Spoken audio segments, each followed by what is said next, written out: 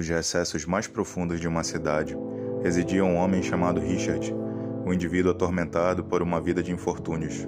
Richard era um amante do oculto e frequentemente explorava antigas relíquias, mas seu ceticismo o mantinha afastado de qualquer crença real em forças sobrenaturais. No entanto, tudo mudou numa noite. Richard estava sozinho em seu solitário apartamento, absorto em um jogo solitário com um antigo par de dados. Ele os lançou e observou os resultados, mas algo estava errado. Os números dos dados pareciam distorcidos e sem sentido. Então, na escuridão, surgiu um ser aterrador. Era um demônio com pele preta, sem rosto, apenas um vazio insondável. O demônio brincava com os dados, lançando-os e rindo de maneira inumana. Ele escolheu Richard como seu joguete naquela noite fatídica. O demônio, sem proferir uma única palavra, lançou os dados novamente e indicou que era a vez de Richard. Com um olhar de apreensão, Richard pegou os dados. Seu coração acelerou quando notou que as faces dos dados estavam gravadas com nomes, datas e eventos terríveis de sua própria vida.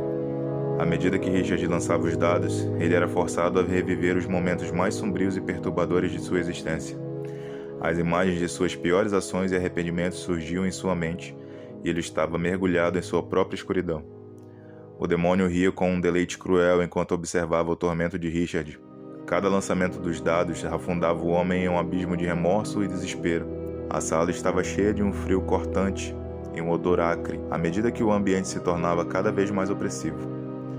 Eventualmente, Richard lançou os dados uma última vez, e o demônio apontou para o resultado. O nome de Richard estava gravado nas faces dos dados, e o significado era claro. Sua própria alma estava em jogo. Ele olhou para o demônio com olhos cheios de terror. O demônio estendeu uma mão em direção a Richard, e um grito horrível encheu a sala. A carne de Richard começou a se distorcer e se desfazer, e ele se contorceu de dor.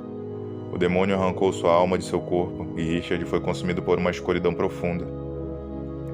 O demônio recolheu os dados e desapareceu na escuridão, deixando para trás o vazio e a solidão. O apartamento de Richard estava silencioso e desolado.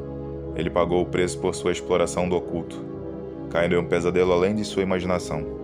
A história de Richard serviu como um lembrete de que mesmo os céticos podem enfrentar forças insondáveis.